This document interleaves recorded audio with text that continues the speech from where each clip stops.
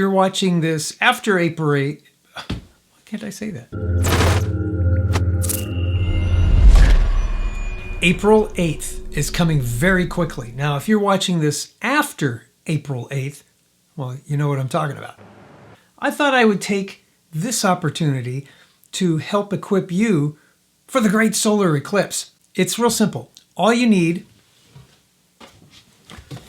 is a box like this. It doesn't have to be Raisin Bran. It can be shredded wheat. That can work too.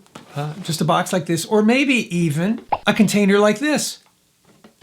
Milk container-ish, although they put cereal in that. Or you know what might work really good? A big Amazon box. Let's put one of these together. I'll show you what I'm talking about. All right, before I go on, this is a moon. It's a little squishy moon, you know, one of those little ball things that you can get at a health fair. But it looks like the moon. It's got craters and everything on it. This back here kind of looks like what the sun might look like if you were wearing those solar glasses. Some pretty crazy sunspots. Let's see if I can simulate this. This is approximately what it would look like. Eclipse, total, and then out of it. Pretty cool. I think this is kind of cool. It's going to be kind of like that. Now you may be saying to yourself, well, what if I don't finish my box of cereal before the solar eclipse happens? Use our Amazon link down below. When you do, it helps us out and it doesn't cost you a penny more. And after using the link, save it to your bookmarks so you can have easy access to it in the future. Thank you. Now the first thing you can do if you choose is to paint the inside of this thing flat black, because once you get light traveling into it, you don't want the light bouncing around. I'm not going to do it in this case. I'm not too worried about it, but you can do it if you like. Now what I'm doing is I'm checking the inside of the box, and I can see that there's some light leakage. So here's what I'm going to do. I'm going to take some black gaffer's tape, and I'm going to tape the edges where the light could leak inside.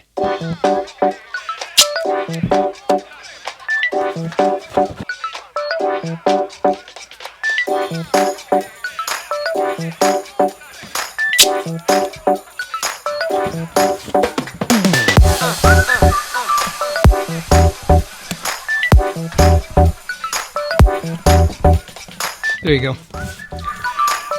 Light's not getting in there. Now just take a white piece of paper. I'm going to use a return envelope from a piece of junk mail. You don't think I was going to use a good piece of printer paper of my own, did you? Then set the box on top and outline it. Just use your handy dandy Sharpie.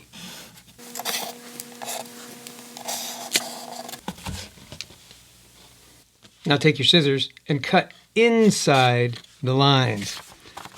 That way it'll fit in the box just right.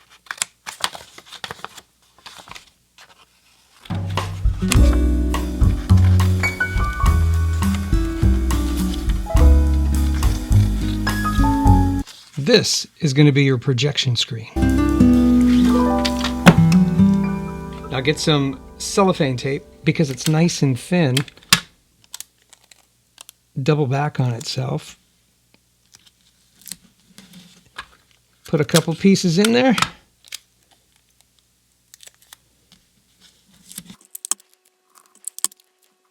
Heck, put some in the corners.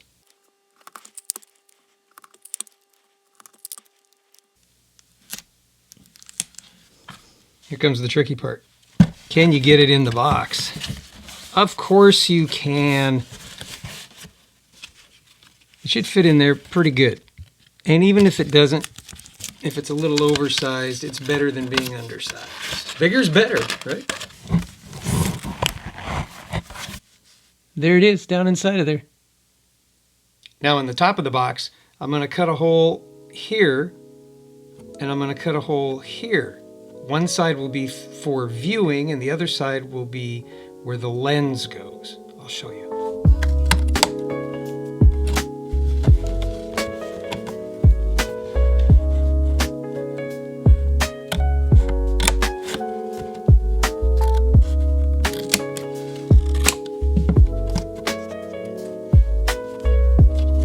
I'll just do the same on this side.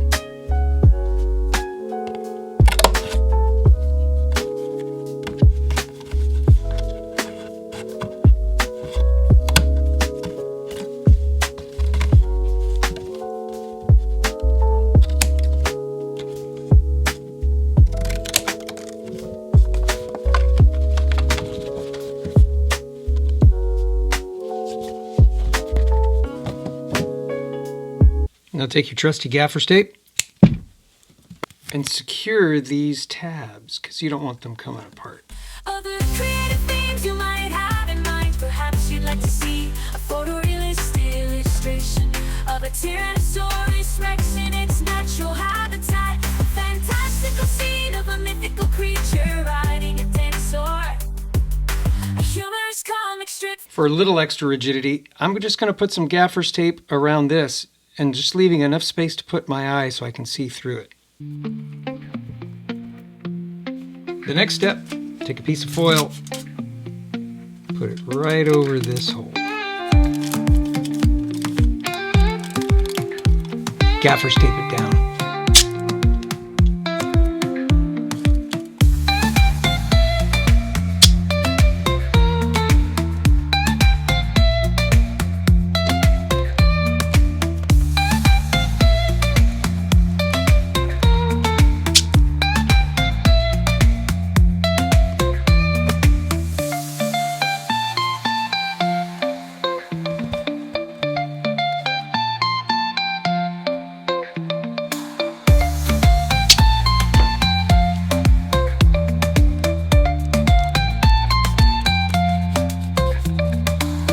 Now, let's get a pin. I'm going to poke what I think is going to be right in the middle of that opening.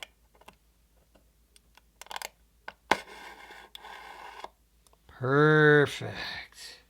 Now, if you find that the hole is too small, you can always get a larger needle of some sort, or if it's too big, put another piece of tin foil, try again. We just turned a cereal box into a solar eclipse viewer. Now, don't worry about this. If you're right eye dominant or left eye dominant, all you got to do is, if you're left eye dominant, you hold it this way. If you're right eye dominant, flip it around and look at it this way.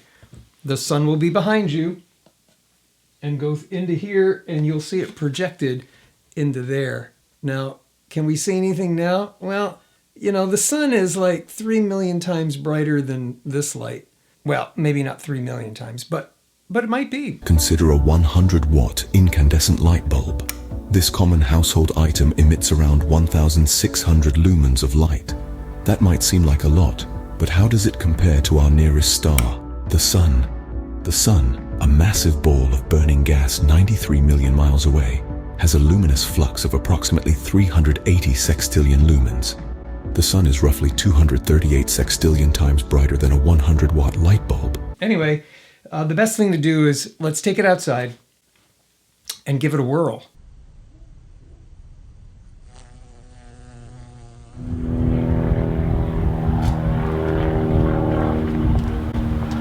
Okay, there's only one problem. Take a look. The clouds are covering the sun. I'll just pull weeds until the sun comes out. These dogs, man, they're driving me nuts. And right in the middle of an anthill, too, on top of it. Makes the easy weed pull, though. Yeah. All right. Let's see if I can disrupt these ants. Oh, yeah. Oh, yeah. Everywhere. Problem is, they're crawling all over the handle. Only one way to remedy that.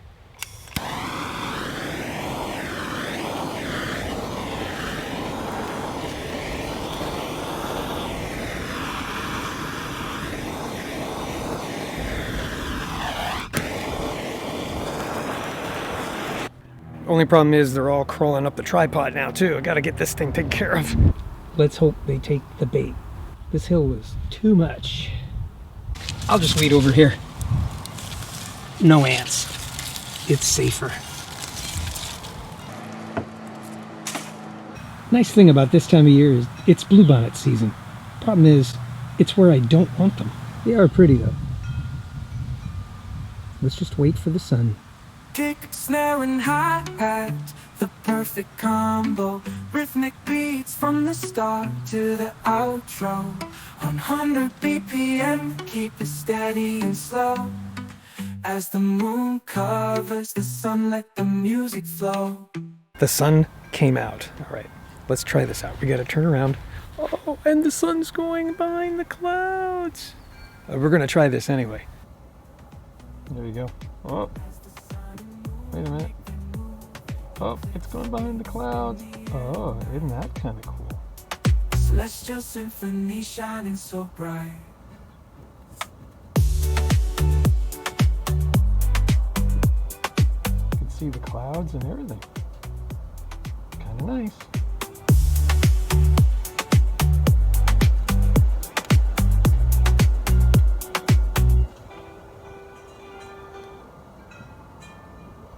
Okay, fully behind the cloud.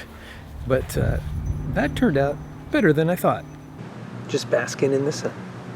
I did make a modification. In one part of that, it looked as if there were two images, and that's probably because there was some light leak coming in from somewhere. So I made sure that the eye hole was just big enough that when I put my eye up against it, my face blocked any other light and I could only see what was going on inside.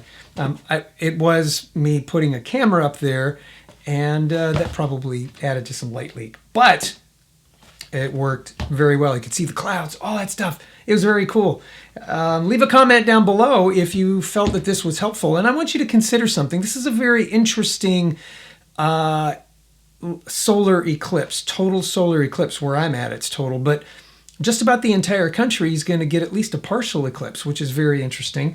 And something that I've been kind of pondering, and you can look this up for yourself, but this eclipse is actually going to go over 7 cities by the name of Nineveh, starting in Nineveh, Texas. Well, it's not the first place it hits, but it actually hits Eagle Pass, Texas first, which is where all of our border stuff is going on. So it's going to hit there first, but then it goes into Texas and it goes all the way through to Virginia and then out on Maine. But before it exits, it hits 7.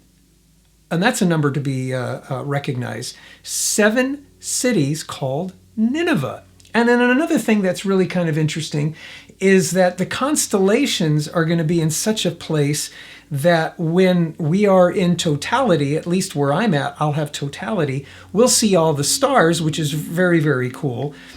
But one of the constellations we're going to see is called Cetus. Yeah, and why that's significant is that is the constellation of the great sea creature, and some call it the whale constellation. So it's a large sea creature, and it's going through 7 towns called Nineveh. You need to read the book of Jonah in the Bible and put all that together. It seems really kind of interesting. I think we're going to be given a choice. What are we going to choose? Don't forget to go to my website, bookmark it, because come the eclipse on 4/8, which is another interesting thing. Take a look at Exodus 4:8. That's very interesting to me. Look at it. I'm going to be live streaming, and it'll be on shootingguide.com/videos. You can go there. You can watch the solar eclipse, the total solar eclipse from my backyard, just in case you don't get a chance to see it yourself.